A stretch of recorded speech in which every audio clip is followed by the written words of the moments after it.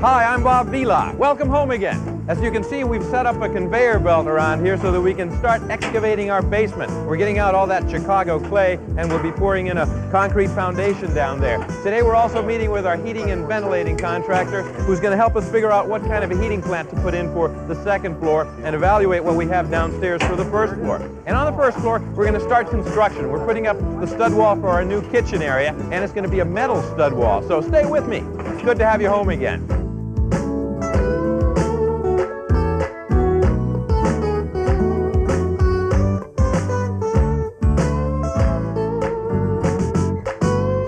Sears presents Home Again with Bob Vila. Okay, let's get started with our contractor, Ron Gan, and take a closer look at the operation out here. You know, the thing that caught my eye is the quality of the stuff that's being removed from here.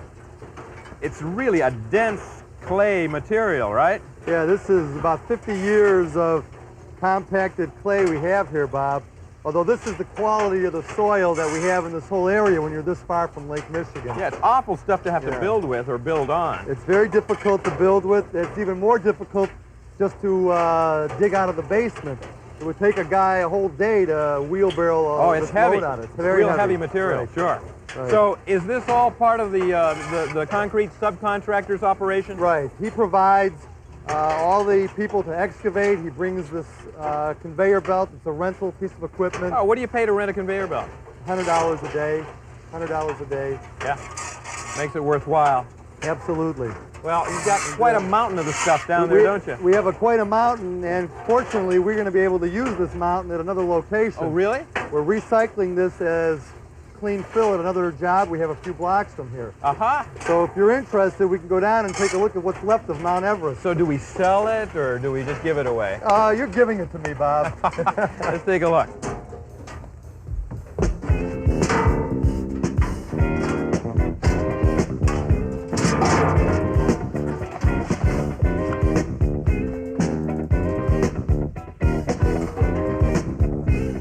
Oh, boy. It's like a coal mine down here, Bob. What a mess, huh?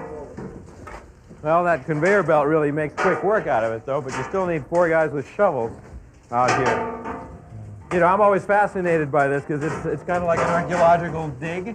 Nobody has disturbed this soil in 80 years since the house was built, and I'm always looking to find a coin, but never do. It's usually rotted wood and bones, huh? Look at that. Somebody probably had a dog down here. No bags of money, unfortunately. You should never put wood up on top of the soil like that because it's got to rot. Now, speaking of the soil here, when we pour a slab, Ron, how do you deal with it? Do you have to bring in crushed stone? Well, normally you would, Bob, but we've got 80 years of compaction here. So this soil, aside from the fact that it's clay, which is very dense, it's been tamped down, compressed. So all we need to do is get ready to pour our concrete here. And what about the moisture that's in the soil coming through the concrete? What do you do for that? We'll cover this with some vapor barrier, some visqueen. Okay, polyethylene. And how about reinforcing the concrete? We're going to use some 6-inch wire mesh, so we're going to have a very, very strong floor here. No cracks. Good. When are we pouring? We're pouring next week, Bob. Good. Now, let's talk about this. This is the side wall of the building, and this is a masonry wall that goes up essentially 3 levels. So it could be 30 feet of this could be like a ton per foot or more, right? Yeah, I don't know exactly, but... And again, I don't see much of a footing here. Well, actually, you've got a really good footing here. Now, this is the actual soil line outside, right about here. We have about 3 feet of foundation wall down to a limestone footing. This limestone footing, this old limestone footing, is about 12 inches thick. That's the same thickness that you would pour a normal concrete footing today. Yeah. So we're in good shape. Yeah, here. we are in fact 12 inches below the 3 feet here. We're 4 feet below grade. Right, and the frost line is 42 inches in Chicago, so we're in good shape. Yeah, and it's been that way for 80 years, so it's never going to move, I guess. Right. It's a lot of weight there, though. What about what we're doing now? What will the net effect be in terms of the ceiling height when we finish this? Well, we're going to have a 7'6" clear ceiling height here, and what we've done is we've excavated down to 7'10" right now. We're going to bring back 4 inches of concrete. Right. We'll have a net of 7'6", which is the height requirement by the city of Chicago. Sure. And You'll have a really nice basement spacer. It'll be a fabulous family room. Now, I understand you've got your fellas starting up with the metal studs in the kitchen wall. That's right. Can we go take a look at that? Right away. Let's break for a couple of messages, okay?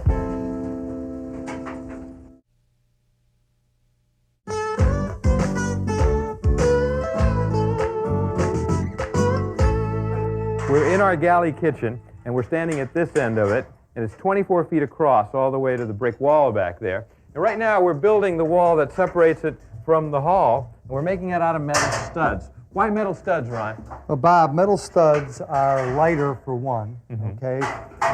In this area, they're cheaper than wood studs, both in the material and the labor. Yeah. The fact that they are metal means they don't warp and twist, so we get a nice, truer wall with them. They're fireproof. You don't have to worry about termites. Right. There's a lot of pros. Are they easy to work with? Very, I mean, how do you cut them? Very easy to work with. Don't you have to cut them with a hacksaw or something? No, no. In fact, we have this great little tool right here, a metal stud cutter. Yeah. And we're going to show you right now how we cut a stud. Okay. You can see that this fits in the gauges here. Size for 3 5/8 metal stud. Yeah. You just get it to your line, and then pull the handle down. And chop it down. Chop it down, and there you go. Now, if you didn't have one of those, could you cut it with a circular saw? Yeah, you would just have to fit it with a masonry blade, that's all. Okay. All right. You know. And how do you fasten all these pieces together? Well, we set them into place, and Mohammed's going to come over here and show us how right now. It's like a little erector set. You just kind of put it in on an angle, snap the bottom in first, and then the top. And if you've cut them precise, then they're going to hold themselves up like that for the time being. And even if they're not exactly precise, you can use these little clips right here and clip it on, and that'll hold them in place temporarily. Temporarily. Yeah. Yeah, they've all been pre-cut, and boy, the speed with which they go up. And of course, up at the top, you've fastened your plate to the joist with. It looks like a sheetrock screw. Yeah, 1.5-inch drywall screw. Drywall screw, yeah. And it's just on every joist up there, and it'll hold this thing very, very well. Good. Okay. And what about leveling them, though? Doesn't he have to? Well, he's going to level them right now, and we okay. have a handy little tool right here, a magnetic level, and he can set that right on there. I love it. Okay. Yeah. You can then clip it, the top and the bottom. Uh-huh. And then he puts one of these in, Bob. So you fasten them with a small, well, it looks like a sheet metal screw. Right, we just call those mini screws. Mini screws. Right.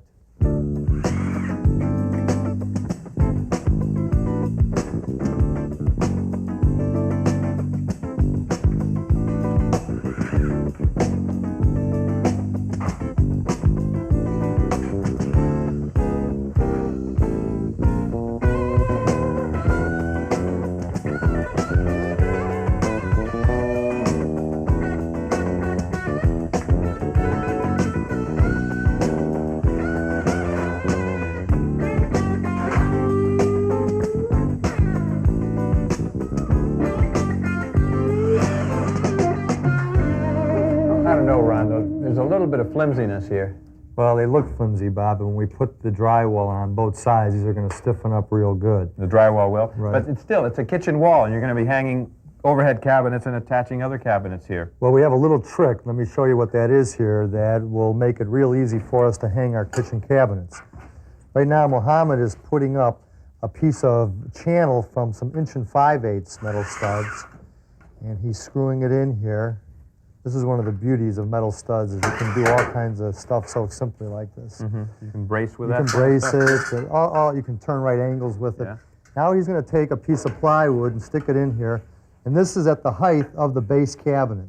Okay, it's centered on 36 inches, which is our base cabinet height. Okay. So we know that when we shim the cabinets up, if the floor is a little out of level, we're still going to hit some plywood. And if you're putting a backsplash up, you've got something to nail to. You've got something or to nail drive to, a screw you know, into. if you have to do that. Oh, yeah. Yeah. See, now we're going to have, when he's done here, we're going to have a real sound blocking in here. Oh, yeah. Now, one of the real nice benefits of this is you don't have to go hunting for a stud to screw your cabinet into. Yeah. Which is real time consuming, and you have to punch a lot of holes in the wall and that kind of stuff. What about the overhead cabinets? You do the same thing? We're going to do the same thing for the overhead cabinets.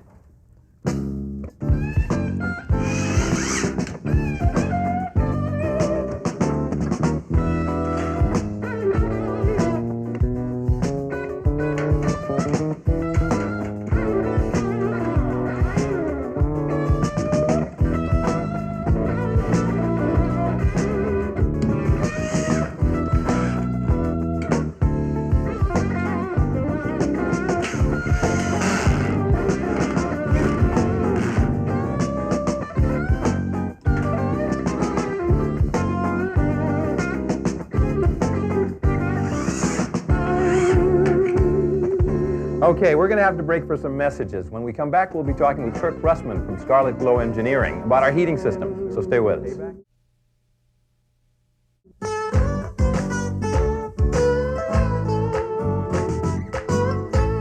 Okay. Hi, Kirk.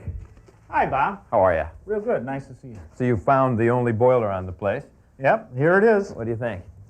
Well, certainly nothing fancy, but it's adequate and seems to be in real good shape. Has it been maintained? Yeah, it's been maintained from the looks of it. We don't have any evidence of leaking or gross neglect. If you have a reputable heating contractor once a year come and take a look at the burners and clean it out. Yeah, I'm sure the previous owners did. It just looks dirty now because we've been doing demolition and all the dust has fallen on top of it. But you don't think we have to change it? No, not at all. Good. It is forced water, right? Yes, forced water heating system. Because when I saw these big pipes at first, I thought maybe we had a steam system here. Right, no, it's all cast iron radiators upstairs. I've checked them out. They're in good shape. Yeah. The age of this boiler, about 5 years old or so. Yeah. The evidence right here, we have the old cast iron piping at this point. Yeah. And down here you have your new copper sweat piping that's been installed. Yeah. So it's a newer boiler. And there's a new flue, yeah. Also a new flue pipe here that shows a new boiler. So we don't want to worry about changing that. And what about the two water heaters? I mean, every two flat should have two of each, right? Right. And we got two water heaters. Yes, we do. Obviously nothing too fancy. They're One pretty, and two. Yeah. pretty generic water heaters. Again, evidenced by the condition of them, I would say they're about the same age as the boiler. I would recommend dusting them off, obviously, giving them a good cleanup, and putting some energy-saving blankets on them would help in the efficiency of them. But you don't think we Also. need to replace them? No, not at all. Okay. Which brings me to, we've got two water heaters here, Bob, and only one boiler here. Yeah, we don't have a boiler for the second for the flat because that had space heaters in it, and when they moved out, they took those with them. So I don't know what we're going to do. Yeah, we'll have to go Come on, take let a me look show at you. that. Yeah, let me show you. Okay. It's a possibility that we could put another one down here, I guess, and pipe it up. We'll just keep that older furnace, and it'll work fine for the first floor unit, but what are we going to do with the second floor? I'm way ahead of you, Bob. I've got a furnace upstairs already and a plan to take a look at. Okay. Oh, boy. Now, this is much more impressive than what we've got in the basement. Tell me about it. What is it? Yes, this is state-of-the-art plus 90 furnace. What does that mean, plus 90?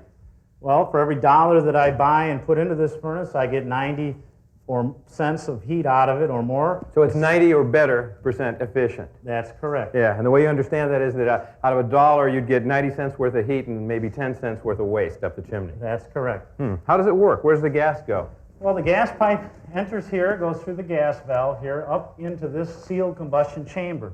This is where the burning takes place.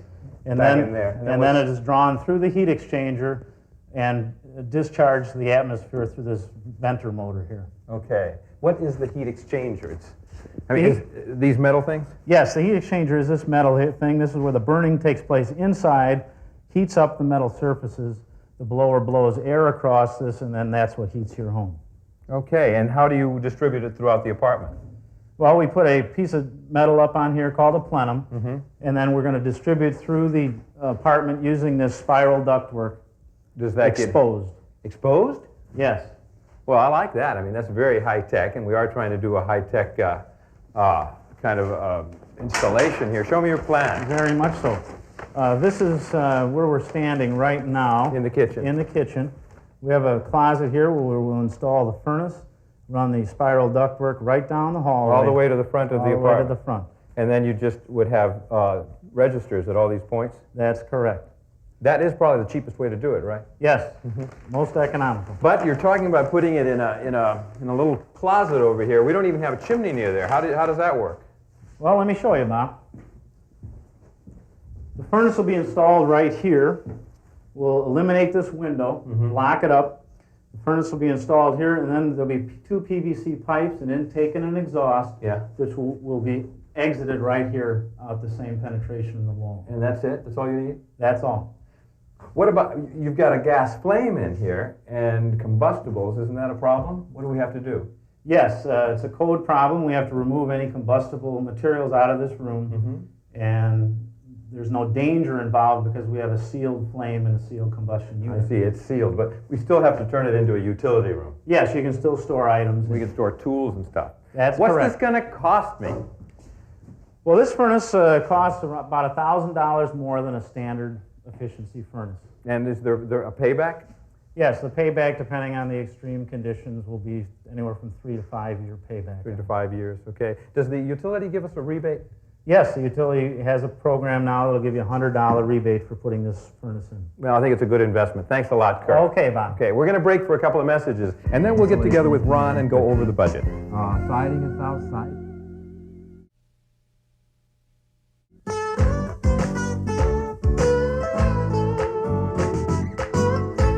Okay, so these are estimated numbers for the 2 flat. And for down here, you estimate that for demolition, it'll cost $2,400, carpentry, $14,000, materials, another $4,000, plumbing, $8,500. But don't forget, Bob, that includes breaking up the street and putting in that new water service, which is $3,900, so that's a pretty good deal. Yeah. Electrical, $5,100, heating, $1,000, insulation, $250, siding, $1,000, siding? We're going to side the back porch now. Oh, yeah, okay. Doors, $1,000, drywall, $4,000, kitchen cabinets, $3,600, not bad. Carpeting, $350. That's just the bedroom, right? Right. Yeah. Closet doors, $495. Closet shelving, $500. Floor sanding, $1,500. Lock sets, $500. Mirrors, $250. Ceramic tile, $2,600. Now, don't forget, that includes the ceramic tile counters that we're going to do. And in Chicago, the going rate for tile installations around $7 a square foot. Okay, vinyl flooring, sheet goods in the kitchen will be $600. Painting the whole apartment, $2,500. Right. That seems low. Appliances, $2,500. Bath accessories, $100. Garden fence, $450. That'll be a beautiful touch on the front there. And landscape, $250 allowance, and masonry outside, $200. The subtotal, $57,645. Hello. Kathy, Hi, hi. Bob and Ron. How's it Kathy going? Caravet, how's the real estate business? Great. I see a lot of progress. Well, a lot of demolition's been done. That's right. Last time I was here, nothing was done. Yeah, if the homeowners that were here before saw it now, they'd be shocked. They certainly would be. What do you think of this kitchen space? I'm in the kitchen. This is the galley kitchen. Yeah. My gosh. It's going to be big. This is gigantic. Yeah. It's I going to be a like it. whole 24 feet across. And they've basically gutted it. They've gone down to bare brick. Hey, I'm glad you're This here looks because, good. you know, you're my guiding light on the investment here and how much we spend. And Okay. Ron's got us up to $57,000 just for the downstairs part of the 2 flat. And we've just discovered that we have to pour a slab down in the basement because all we had were some rotting floorboards on top of dirt. Long story short, it's going to cost another $6,500 to do the family room downstairs, which brings us to about $64,000 just downstairs. Well, the family room is well worth it. Adding extra living space for this first floor unit is a real plus. From the point of view of renting it or from the point of Renting view it, of resale? ownership, Yeah. everything, resale, everything. You don't think it's a mistake? No, Let me no, run you- that's a good addition. Let's run through the second floor where you've estimated demolition, $500, carpentry, $4,400, plumbing, $2,500, electric, $2,500, heating, $4,500. Don't forget, Bob, we upgraded to a high-efficiency Yeah. plus 90 furnace Yeah. there. Yeah. That's important. Mechanicals, that's a good investment. Yeah. Drywall, $2,500, carpeting, $300, floor sanding, $1,500, tile, $500, not too much tile up there. Cabinets in the kitchen, $1,500, and a couple of new appliances, $950, and again, painting, $2,500. You got about $24,000 allotted for up there. So that the budgeted total right now is $88,000 with those extras that we've discovered. And I had hoped to get by at $75,000. Do you think we can put that much money I into think you're doing all right. With what I'm seeing that you're doing here and the way the market's going, we're at 10% interest rate right now. Last month, we were 10.5. Yeah. Market's getting better. A building right around the corner sold for over $300,000, and it's very similar to yours. Well, Kathy, you're going to keep coming by and make sure we don't make any mistakes, right? And you're I going to try certainly your will. darndest to bring these things under the estimates, all right? We're running out of time. Come home again next week when we'll be working on that slab down in the basement. We'll be wiring the kitchen in here. And Ron, you're going to help us figure out how to take one of these old sash and fix them, right? Right, Bob. Good. Till next week, I'm Bob Vila.